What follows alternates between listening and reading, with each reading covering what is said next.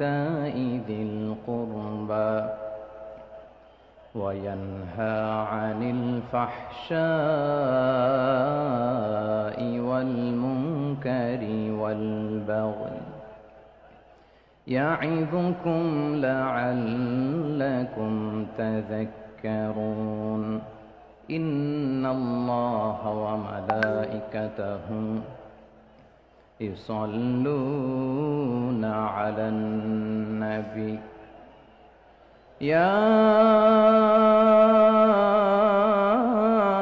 أيها الذين آمنوا صلوا عليه وسلموا تسليما اللهم صل على محمد وعلى آل محمد كما صليت على إبراهيم وعلى آل إبراهيم إنك حميد مجيد اللهم بارك على محمد وعلى آل محمد كما باركت على إبراهيم وعلى آل إبراهيم إنك حميد مجيد সকল প্রশংসার মালিককে,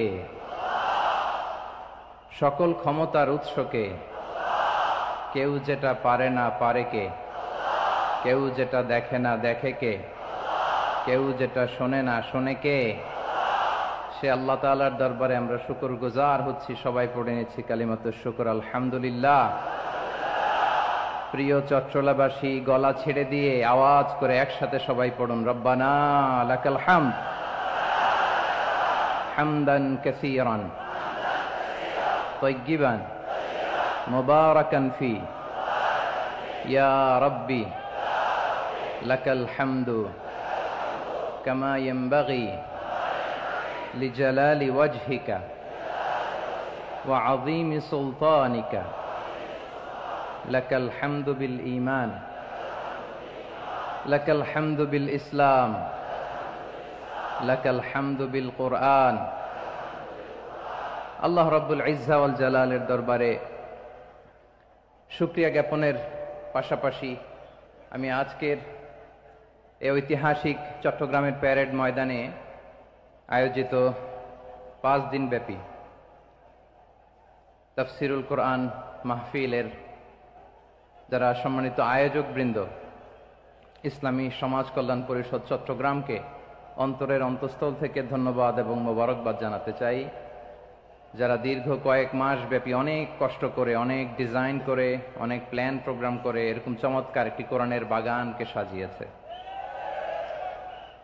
আজকের এই প্রোগ্রামের সম্মানিত সভাপতি, প্রধান অতিথি, বিশেষ অতিথি, মঞ্চে উপবিষ্ট উলামায়ে কেরাম, কমিউনিটি লিডার্স, চট্টগ্রামের বিভিন্ন পর্যায়ের বিভিন্ন দলের সামাজিক, ধর্মীয়, রাজনৈতিক নেতৃবৃন্দ, ব্যবসায়ী ভাইয়েরা, চাকরিজীবী ভাইয়েরা, শ্রমজীবী ভাইয়েরা, ছাত্র ভাইয়েরা, পর্দার আড়ালে আমার মায়েরা এবং বোনেরা, সাংবাদিক বন্ধুরা, মিডিয়া কর্মী, ইউটিউবার্স, ভলান্টিয়ার্স, আপনাদের সবাইকে অন্তরের অন্তঃস্থল থেকে শুভেচ্ছা জানাই, মোবারকবাদ জানাই।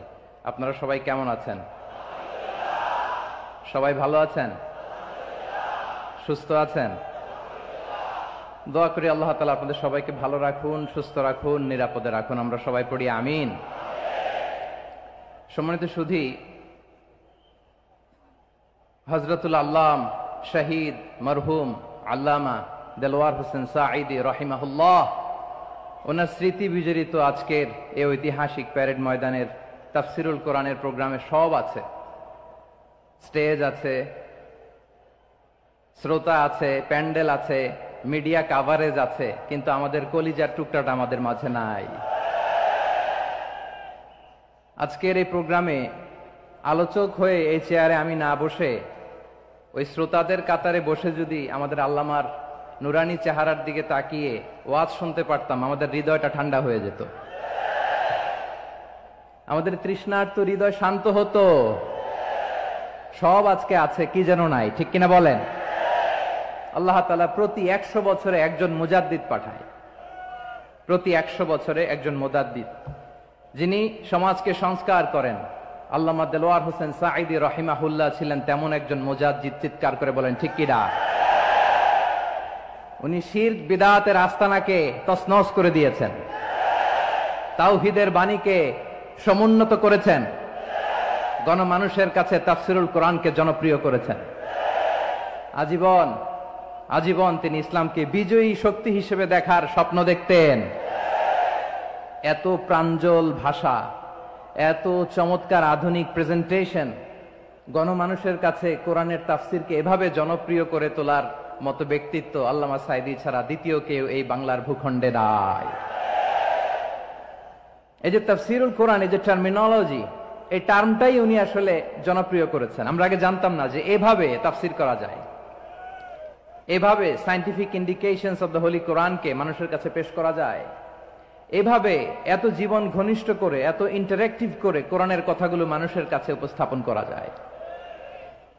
উনি অন্যায়ের বিরুদ্ধে সবসময় সোচ্চার ছিলেন, প্রতিবাদী কণ্ঠস্বর ছিলেন। ওনার আলোচনা শুনলে দেহের রক্ত টকবক করে ফুটতে থাকতো। আল্লাহু আকবার, আল্লাহু আকবার, আল্লাহু আকবার। He was a strong mouthpiece of Islamic revivalism. Islamic জাগরণের স্ট্রং মাউথপিস ছিলেন আল্লামা সাঈদী রাহিমাহুল্লাহ। অনেক দোয়া পেয়েছেন। আমরা পড়েছি, এমন জীবন তুমি করিবে গঠন, মরণে হাসিবে তুমি, কাঁদিবে ভুবন। গোটা বিশ্বকে তিনি কাঁদিয়েছেন। আল্লামা যখন ইন্তেকাল করলেন, আমি তখন মালয়েশিয়া থেকে যুক্তরাষ্ট্রে একটা কনফারেন্সে যোগ দিতে যাচ্ছি, কাতার এয়ারলাইন্সে। মালয়েশিয়া থেকে দোহাতে নামলাম। দোহায় যখন আমার ট্রানজিট, তখন শুনতে পেলাম যে আল্লামা বিদায় নিয়েছেন। সোশ্যাল মিডিয়ায় শুনে বিশ্বাস করতে পারলাম না। মুহূর্তের মধ্যেই মাসুদ সাঈদী ভাইকে মেসেজ করলাম, উনি কোনো উত্তর দিতে পারলেন না। মাসুদ ভাইয়ের সাথে যখন কোলাকুলি করি, আমাদের শামীম ভাইয়ের সাথে যখন কোলাকুলি করি, মনে হচ্ছে আল্লামা সাঈদীর ঘ্রাণ পাই।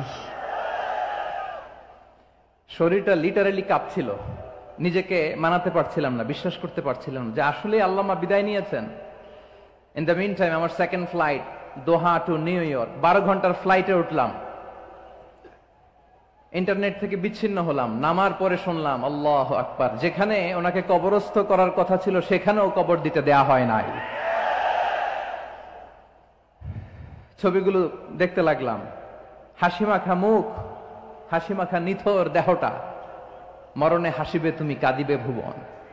From east to west, from north to south, the entire globe, গোটা বিশ্ব ওনার জন্য কেঁদেছে, গোটা বিশ্ব কেঁদেছে। কাবার গিলাফ ধরে ধরে মানুষ চিৎকার করেছে। এর চেয়ে শ্রেষ্ঠ মৃত্যুকার হতে পারে? আমাদের আল্লামার আর কি পাওয়ার ছিল বলেন? আর কি পাওয়ার ছিল? কুল্লু নাফসিন যায়িকাতুল মাউত, যারাই দুনিয়াতে আসবে তারা ইন্তেকাল করবে, এটা আমরা মেনে নেই, এটা আমরা জানি। কিন্তু অবাক করা বিষয় হচ্ছে, আমরা আজও জানি না আমাদের আল্লামার মৃত্যু কি স্বাভাবিক হয়েছে নাকি এটা পরিকল্পিত মেডিকেল কিলিং ছিল। এটা যে পরিকল্পিত মেডিকেল কিলিং ছিল, এটা ধারণা করার পেছনে অনেক কারণ আছে। তিনি আধিপত্যবাদের বিরুদ্ধে সোচ্চার ছিলেন, ফ্যাসিবাদের বিরুদ্ধে সোচ্চার ছিলেন, রাজনৈতিক প্রতিহিংসার শিকার ছিলেন। এজন্য এটা মেডিকেল কিলিং হতে পারে এ ধারণা আমরা করতেই পারি। আওয়াজ করে বলেন ঠিক কিনা? যে সময়টা আমরা কাটাচ্ছি, এত সুন্দর সময় বাংলাদেশ আর পাবে না। আমাদের জন্মের পর থেকে এরকম চমৎকার সময় আমরা পাই নাই। এটাই আসল সময়। আমরা ইন্টারিম গভর্নমেন্টের কাছে দাবি জানাই, উচ্চতর তদন্ত কমিটি করে এটা কি হত্যাকাণ্ড ছিল নাকি স্বাভাবিক মৃত্যু ছিল, এই রিপোর্ট গণমানুষের কাছে প্রচার করে জানাতে হবে। এই দাবির সাথে কি সবাই আপনারা একমত? কারা কারা একমত হাত তুলে দেখান।